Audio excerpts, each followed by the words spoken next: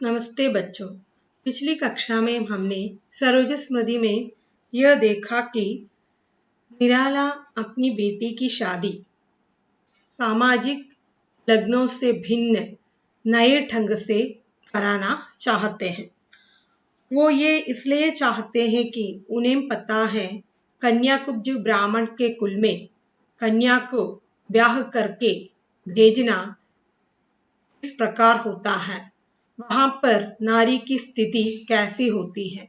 तो इसलिए वो परंपरा से बने बनाए सारे जो रीति रिवाजों को तोड़ना चाहते नजर आते हैं। तो ऐसा भी नहीं है, इस प्रकार जो बारात बुला के व्यर्थ में खर्च करना भी वो नहीं चाहते। इसलिए उन्होंने ही एक ऐसे युवक को ढूंढ निकाला जो साहित्य रूप में भी बहुत ऊंचे ओहदे रखने वाले हैं, वो साहित्यकार हैं और कन्याकुब्ज कुल के ब्राह्मण भी हैं। तो उन्हें वो बुलावा भेजा और वो व्यक्ति जो है, वो युवक जो है ससंतोष उनके सामने उपस्थित हुए और उन्होंने अपनी मजबूरी के बारे में उनसे कहा कि मेरे पास कुछ भी नहीं है, जो पूर्वजों से जो कुछ भी मुझे मिला है वो सब मेरी बेटी का है, तो इसलिए तुम मेरी बेटी से शादी कर लो। अगर पंडित जी लग्न के प्रश्न पढ़ने से मना कर देंगे तो मैं स्वयं उन मंत्रों को पढ़ूंगा। ऐसा निराला जी अपने होने वाले दामाद से कह रहे थे। तो अंत में उन्होंने ये भी कहा कि याद रखो, जो कुछ भी मेरे पास है वो सब कुछ अपनी कन्या सरोज का ही है, यह निश्चित है। तो आगे हम देखेंगे। आए पंडित जी प्रजा वर्ग, आमंत्रित साहित्यिक सत्सर्ग, देखा विवाह आमूल नवल, तुझ पर शुभ पड़ा कलश का जल, देखती मुझे तू हंसी मंद, होठों में बिजली फंसी स्पंद, उर में भरचूली छवि सुंदर, प्रिय की अशब्द श्रृंगार मुखर, तू खुली एक उच्छ्वास संग, विश्वास स्तब्ध बंध अंग अंग, नत नयनों से आलोक उतर, कांपा अधरों पर धर धर धर, देखा मैंने वह मूर्ति धीती, मेरे वसंत की प्रथम गीति, श्रृंगार रहा जो निराकार, रस कविता में उच्च वसित धार, गाया स्वर्गीय प्रिया संग, भरता प्राणों में राग रंग, रति रूप प्राप्त कर रहा वही, आकाश बदल कर बना मही, हो गया ब्याह आत्मीय स्वजन कोई थे नहीं, न आमंत्रण था भेजा गया, विवाह राग भर रहा नखर निश दिवस जाग, प्रिय मौन एक संगीत भरा, नव जीवन के स्वर पर उतरा, माँ की कुल शिक्षा मैंने दी, पुष्प सेज तेरी स्वयं रची, सोचा मन में वह शकुंतला, पर पाढ़ अन्य यह अन्य कला। तो देखेंगे पहले शब्दों का अर्थ।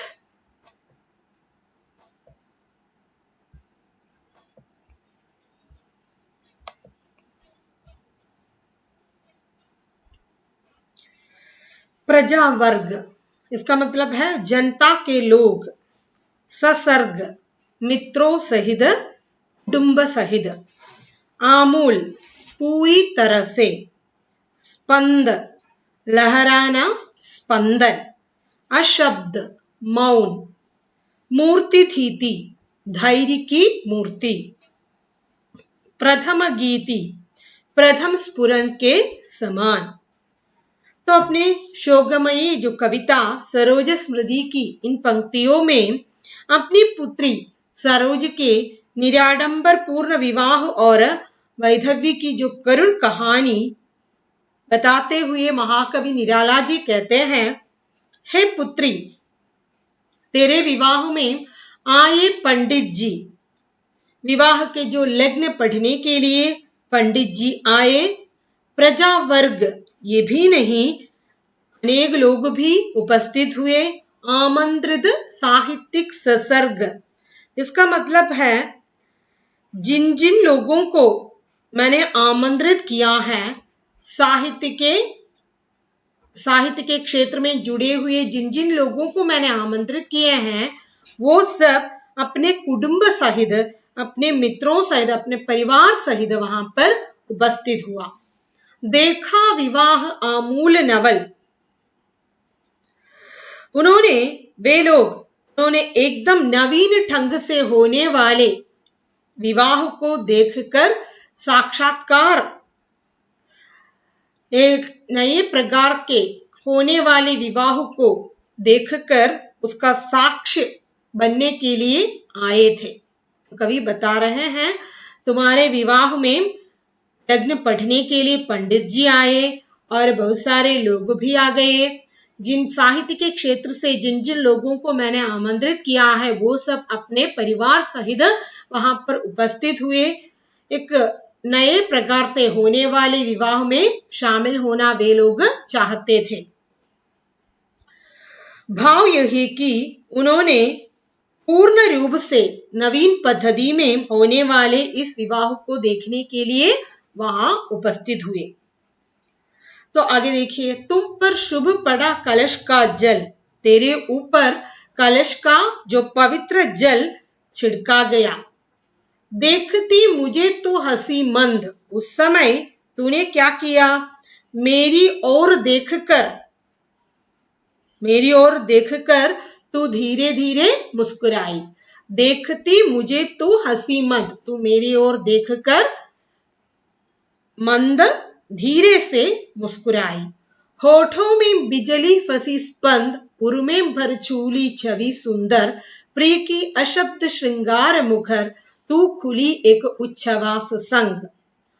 तो तू मुझे देखकर धीरे से मुस्कुराई और तेरे होठों पर स्पंदन की एक लहर बिजली की तरह लहराई। तुम्हारे होठों पर जो स्पंदन दिखाई देता है वो बिजली की तरह लहराता हुआ दिखाई दे रहा है। यह सब होते समय तू मेरी ओर देखकर होठों में मंद मंद मुस्कुराई, जिसे देखकर ऐसा लगा कि मानो तेरे होठों में बिजली की धड़कनें कांप गई हो। तो कवि यही कहना चाहते हैं, तुम्हारे विवाह में लग्न पढ़ने के लिए पंडित जी आए, बहुत सारे लोग भी आ गए, और मैंने साहित्य के क्षेत्र से जिन जिन लोगों को आमंत्रित किया, वो सब सपरिवार तुम्हारे नवीन ढंग से होने वाले विवाह में शामिल होने के लिए वहां पर उपस्थित हुए। उस समय तुम्हारे शरीर पर जो कलश का जो पवित्र जल छिड़क गया था, उस समय तुम मेरी ओर देखकर धीरे धीरे मुस्कुरा रही थी, और तुम्हारे होठों में जो मुस्कुराहट है उसे देखकर कवि को ऐसा लगता है मानो तेरे होठों में बिजली की धड़कनें जो कांप रही हो। उर में भर चूली छवि सुंदर, तो अपने हृदय में प्रिय की सुंदर छवि भरकर चूल उठी। उर में भर चूली छवि सुंदर, तू उस समय प्रिय के सुंदर छवि को अपने हृदय में लेकर चूल उठी। जैसे अपने पति का जो मौन श्रृंगार तेरे उस व्यक्तित्व में मुखरित हो गया। प्रिय की अशब्द श्रृंगार मुखर, तो तू अपने हृदय में अपने प्रिया की सुंदर छवि को भरकर चूल उठी, जैसे अपने पति का जो मौन श्रृंगार तेरे व्यक्तित्व में मुखरित हो गया था। तू खुली एक उच्छ्वास संग, विश्वास स्तब्ध बंध अंग अंग, नत नयनों से आलोक उतर, कांबा अधरों पर धर धर धर। जैसे अपने पति का जो मौन श्रृंगार तेरे उस व्यक्तित्व में मुखरित हो गया था, परिणाम स्वरूप एक मधुर भाव की लहर, एक मधुर भाव की तरह तू खिलने लगी, एक मधुर भाव की तरह तू खिलने लगी। तुम्हारे हृदय में अपने होने वाले पति का जो सुंदर रूप है उसे लेकर तू चूल उठी, और अपने पति का जो मौन अशब्द श्रृंगार तेरे उस व्यक्तित्व में भी मुखरित होने लगा। परिणाम स्वरूप एक मधुर भाव तुम पर खिलने लगी, और लगता था जैसे जैसे तेरे प्रत्येक अंग में विश्व भर का सारा भाव नाचकर स्थिर हो गया हो। विश्वास स्तब्ध बंध अंग अंग, इसीलिए देखकर कवि को ऐसा लग रहा था कि मानो तेरे प्रत्येक अंग में विश्व भर के सभी भाव नाचकर स्थिर हो गया हो। नत नयनों से आलोक उतर, कांपा अधरों पर धर धर धर। तेरी नम्रता से झुकी आंखों से प्रकाश उतरकर जैसे तेरे होठों पर धर धर कांपने लगा। तेरे जो नम्रता से झुकी हुई आंखों से प्रकाश उतरकर तुम्हारी जो होठों पर धर धर कांपने लगा हो। तब कवि बता रहे थे कि तुम्हारे जो विवाह में शामिल होने के लिए, लग्न मंत्र पढ़ने के लिए पंडित जी आ गए, बहुत सारे लोग भी आ गए, और साहित्यिक क्षेत्र से मैंने जिन जिन लोगों को आमंत्रित किया वो सब अपने परिवार सहित नवीन पद्धति से होने वाले विवाह में शामिल होने के लिए वहां पर आ गए। उस समय तुम्हारे शरीर पर जो कलश के जो पवित्र जल छिड़का गया, तो उस समय तो मेरी और मंद मंद मुस्कुराते हुए देखने लगे, और तुम्हारे होठों में जो मुस्कुराहट दिखाई देता है उसे देखकर कवि को ऐसा लग रहा है कि होठों में बिजली की धड़कनें कांप गई हो। तो उस समय तो अपने हृदय में अपने जो पति का प्रिय की सुंदर छवि भरकर छूल उठी हो। अपने पति का मौन श्रृंगार तेरे व्यक्तित्व में मुखरित होने लगा। परिणाम स्वरूप एक मधुर भाव की तरह तू खिलने लगी। लगता था जैसे तेरे प्रत्येक अंगों में विश्व भर का जो भाव नाचकर स्थिर हो गया हो। तो तेरी नम्रता से झुकी हुई आंखों से प्रकाश उतरकर जैसे तेरे होठों में धर धर कांपने लगा। तो आगे देखिए। देखा मैंने वह मूर्ति धीती, मेरे वसंत की प्रथम गीति। श्रृंगार रहा जो निराकार, रस कविता में उच्चव सिद्ध थार। गाया स्वर्गीय प्रिया संग, भरता प्राणों में राग रंग। रति रूप प्राप्त कर रहा वही, आकाश बदल कर बना मही। हो गया ब्याह आत्मीय स्वजन कोई थे नहीं, न आमंत्रण था भेजा गया। विवाह राग भर रहा न कर निश दिवस जाग। प्रिय मौन एक संगीत भरा, नव जीवन के स्वर पर उतरा। माँ की कुल शिक्षा मैंने दी, पुष्प सेज तेरी स्वयं रची। सोचा मन में वह शकुंतला, पर पाठ अन्य यह अन्य कला। तो कवि आगे बता रहे थे कि तो उस समय अपनी नव परिणीत सरोज को देखकर उसे ऐसा लगा, उसका वर्णन करते हुए वो कह रहे हैं कि मैंने अपनी निराकार श्रृंगार भावना को तेरे रूप में साकार होके देखा। श्रृंगार रहा न जो निराकार, मैंने अपने जो निराकार श्रृंगार भावना को तुम्हारे ऊपर साकार होकर देखा। तो उस समय मैंने तेरी वह धैर्य एवं शील मूर्ति को देखा। तो मूर्ति दीदी का मतलब है धैर्य की मूर्ति। मैंने तो देखा तो तू धैर्य की मूर्ति बनकर वहां पर बैठी हुई है, और मेरे जो निराकार श्रृंगार की भावना तेरे रूप में साकार होकर सामने उपस्थित होते हुए भी मैंने देखा।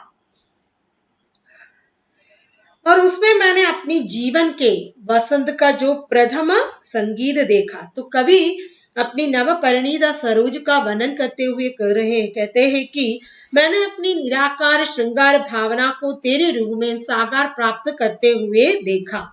उस समय मैंने तेरी वह धैर्य एवं शील की मूर्ति देखी। मैंने अपनी जीवन के जो वसंत का प्रथम गीत देखा, अपना वही श्रृंगार देखा जो कविता के रस से सदैव छिपकर अपनी धारा में छलकता था, तब जिसको मैंने अपनी स्वर्गीय प्रियतमा के साथ मिलकर गाया था, जो आज भी कवि का रूप धारण करके विश्व में विचरण कर रहा है और आकाश से परिवर्तित होकर पृथ्वी पर तुझ में साकार हो गया हो। तो मैंने देखा वह मूर्ति थी मेरे वसंत की प्रथम गीति, श्रृंगार रहा जो निराकार, रस कविता में उच्चव सिद्धधार, गाया स्वर्गीय प्रिया संग, भरता प्राणों में राग रंग, हृदय रूप प्राप्त कर रहा वही, आकाश बदल कर बना मही। तो कवि बता रहे हैं, तुम्हारे उस रूप को देखकर मुझे ऐसा लगा कि तू जो है धैर्य की मूर्ति बनकर वहां पर खड़ी हो। ये भी नहीं, मेरे जो वसंत काल की प्रथम गीति है तू, मैं जब अपनी प्रियतमा के संग हृदय लीला रच रहे थे, उस वसंत की प्रथम गीति के समान तू उपस्थित हो गई, और मेरे उस निराकार श्रृंगार भावना का तेरे रूप में साकार प्राप्त होते हुए मैंने देखा। ये भी नहीं, जो वही श्रृंगार जो कविता के माध्यम से उपस्थित हो गया था, रस कविता में उच्छ्वासित थार, गाया स्वर्गीय प्रिया संग, मैं उस जो श्रृंगार की जो भावना मैंने अपनी प्रियतमा के साथ रची थी पहले, भरता प्राणों में राग रंग, उसके कारण मेरे प्राणों में वो राग जो प्यार बसते रहते थे, वो हृदय का रूप प्राप्त करके तुम्हारे रूप में हमें उपस्थित हुआ।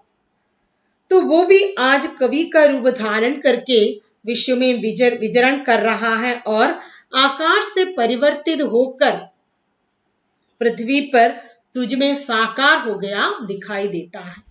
तो मैं और तुम्हारी माँ के बीच जो प्यार का संबंध था, उस वसंत के प्रथम गीति के समान तू हमें प्राप्त हुआ।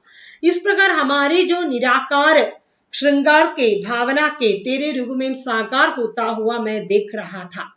और ये भी नहीं, वो जो प्यार या प्रेम मैंने जो कविता के रूप में वर्णित किया है, वो जो प्यार या प्रेम हृदय के रूप में बदलकर हमारे रूप में उपस्थित हो गया है, वो सब मैं अपनी स्वर्गीय प्रिया के संग क्रीड़ाएं रचने के फल स्वरूप मुझे प्राप्त हुआ था, तू जैसी एक बेटी।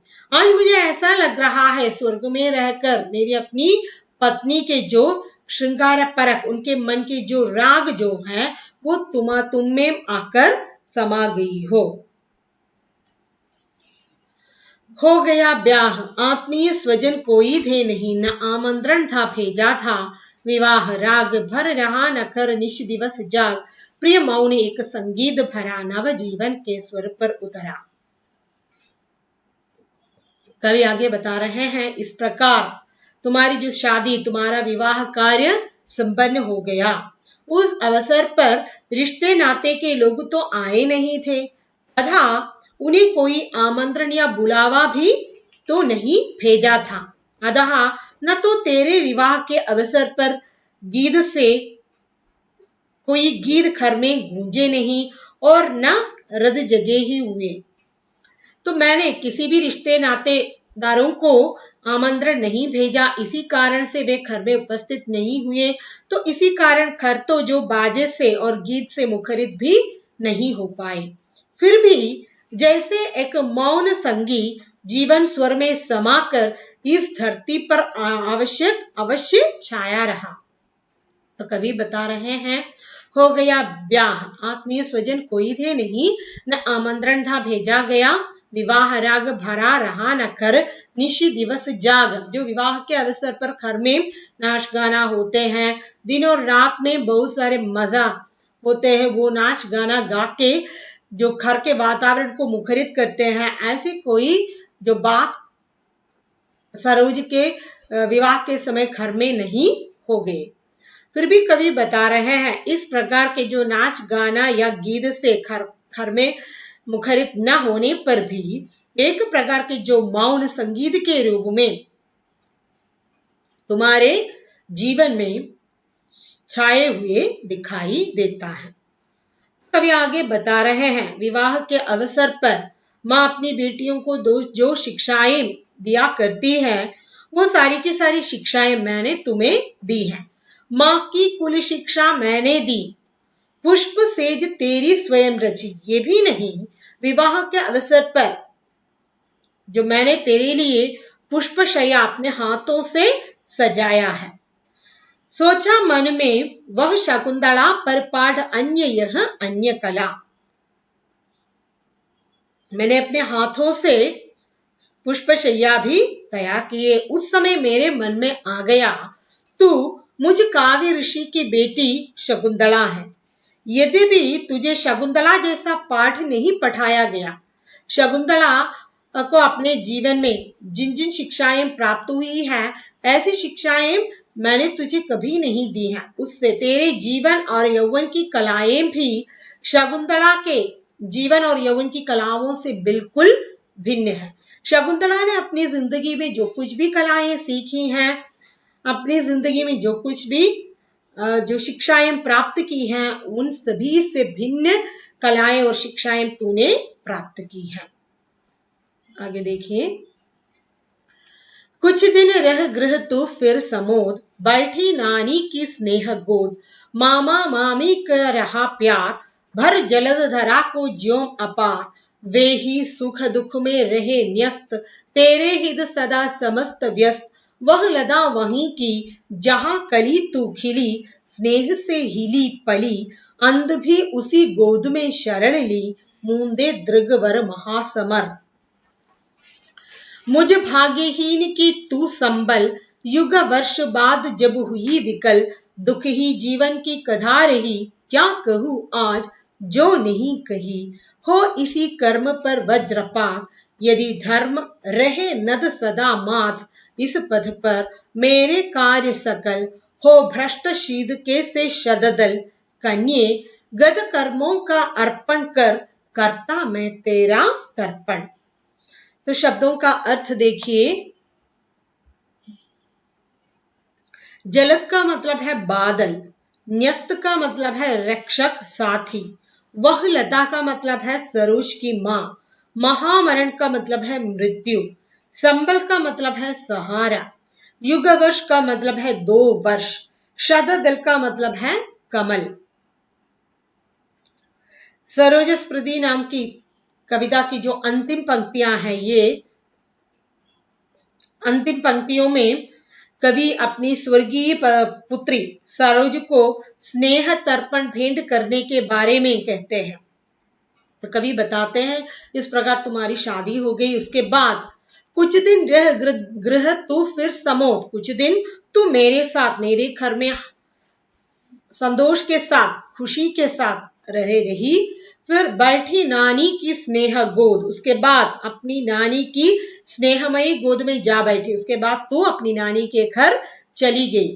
फिर तो अपनी ससुराल चली गई। मामा मामी का रहा प्यार, ससुराल में तुम्हें मामा मामी का अतुल्य प्यार प्राप्त हुआ। भर जलद धरा को ज्यों अपार, मामा मामी का प्यार इस प्रकार है कि जिस प्रकार बादलों का जल धरती को मिलता है, उसी प्रकार मामा मामी का प्यार तुम्हें मिल गया। वे ही सुख दुख में रहे न्यस्त, वे लोग तुम्हारे सुख दुख में तेरी साथी बने रहे और तेरे हित सदा समस्त व्यस्त, वे लोग जो है तेरे लालन पालन में सदा व्यस्त रहते थे। वह लता वहीं की जहां कली तू खिली, तुम्हारी मां जो है वो जहां पाल पोस कर बड़ी हो गई, वहां उसकी कली तू पाल पोस कर बड़ी हो गई। स्नेह से हिली पली, तुम्हें तुम्हारी नानी के घर में स्नेह और प्यार मिला और उसी ने ही तुम्हारा पालन पोषण किया था। तो अंत में भी उसी गोद में शरण ली, मूंदे दृगवर महामरण। तुम्हारे जो अंतिम दिनों में तूने उन्हीं की गोद में ही शरण ली, उन्हीं की गोद में लेटकर तूने अपनी जीवन लीला समाप्त कर ली, अपनी आंखें मूंद ली। तो कवि बता रहे थे, कुछ दिन तक हर्षपूर्वक मेरे घर में रहकर तू फिर हर्षपूर्वक अपनी नानी की स्नेहमयी गोद में जा बैठी।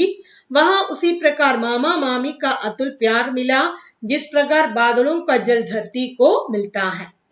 वे ही सुख दुख से तेरे साथी रहे, वे तेरे लालन पालन में सदा लगे रहे।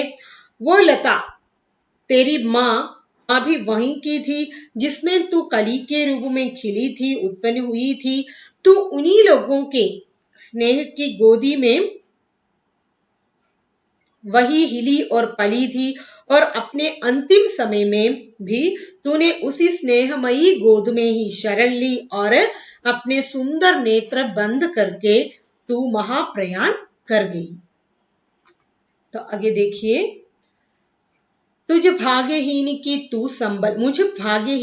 तू संभल, युग वर्ष बाद जब हुई विकल, दुख ही जीवन की कथा रही, क्या कहूँ आज जो नहीं कही, हो इसी कर्म पर वज्रपात, यदि धर्म रहे नद सदा मात, इस पद पर तेरे कार्य सगल, हो भ्रष्ट शीद के से शतदल, कन्ये गद कर्मों का अर्पण कर, करता मैं तेरा तर्पण। आगे कवि बता रहे हैं, हे पुत्री, तू मुझ भाग्यहीन कवि का एकमात्र सहारा थी। आज 2 वर्ष बाद तेरी स्मृति में व्याकुल होकर मैं यह बात प्रकट कर रहा हूं, जो मैंने आज तक कभी नहीं कही। दुख ही मेरे जीवन की कहानी रही है। दुख ही मेरे जीवन की कहानी रही है। मेरे धर्म यदि बना रहे तो बेशक मेरे संपूर्ण कर्मों पर बिजली टूट पड़े हैं। मैं सदा अपने इसी मार्ग पर सिर झुकाए चलूं। मेरा दीन जीवन ही मेरा धर्म है।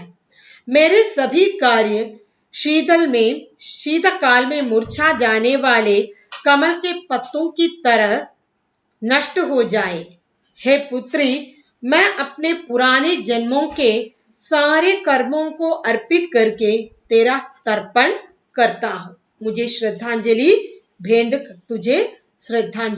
भेंट कर रहा हूं। तो कवि बता रहे हैं, मुझ जैसे भाग्यहीन की तू ही एकमात्र सहारा थी, और 2 वर्ष बाद मैं तुम्हारी याद में विकल होकर कह रहा है, वो मैंने अभी तक नहीं कहा। मेरे जीवन के दुख ही मेरी कहानी रही है, वो मैं आज कह रहा हूं। मेरे जो सारे के सारे कर्म वज्रपात के समान मुझ पर ही आकर बिखरे पड़े हैं। यदि मैं धर्म के बारे में कहूं तो मेरा जो दीनहीन जीवन ही मेरा धर्म है। मेरे सभी कार्य जो है शीतकाल में मुरझाए जाने वाले कमल के पत्तों के समान नष्ट हो गए हैं। हे कन्ये, हे पुत्री, मैं अपने पुराने जन्मों के सारे कर्मों को तुम्हारे पैरों तले अर्पित करता हुआ तुझे मैं श्रद्धांजलि अर्पित कर रहा हूं। इन पंक्तियों में कुछ अलंकार भी हैं, तो देखेंगे अलंकार कौन कौन सा है। पंडित जी, प्रजा वर्ग, साहित्यिक संसद, पर पड़ा, विश्वास बंध, नत नयनो, मैंने मूर्ति, स्वर्गीय संघ, राग रंग, रतिरूप रहा, बदल बला, नहीं न, मां मैंने, सेज स्वयं, मन में, पर पाठ में अनुप्रास अलंकार है। ससर्ग, प्रिया संग में सहोक्ति अलंकार है। देखती स्पंद में लुप्तोपमा अलंकार है। मूर्ति धीति में विशेषण विपर्य अलंकार है। आकाश बदलकर बना नहीं में रूपक अलंकार है। पर पाठ अन्य कला में भेदगादिशयोक्ति अलंकार है, तथा अंग अंग धर में पुनरुक्ति प्रकाश अलंकार है।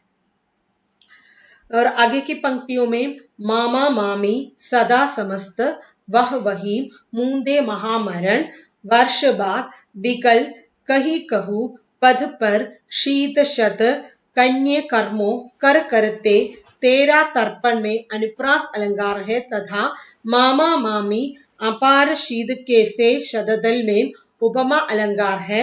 रह गृह सुख दुख समस्त व्यस्त में ध्वनि साम्य अलंकार है। तो ऐसे में जो सरोज स्मृति कविता पूर्ण हो चुकी है। अगली वीडियो में और एक कविता के साथ मैं फिर से हाजिर हो जाऊंगी। तब तक के लिए विदा लेती हूँ। धन्यवाद।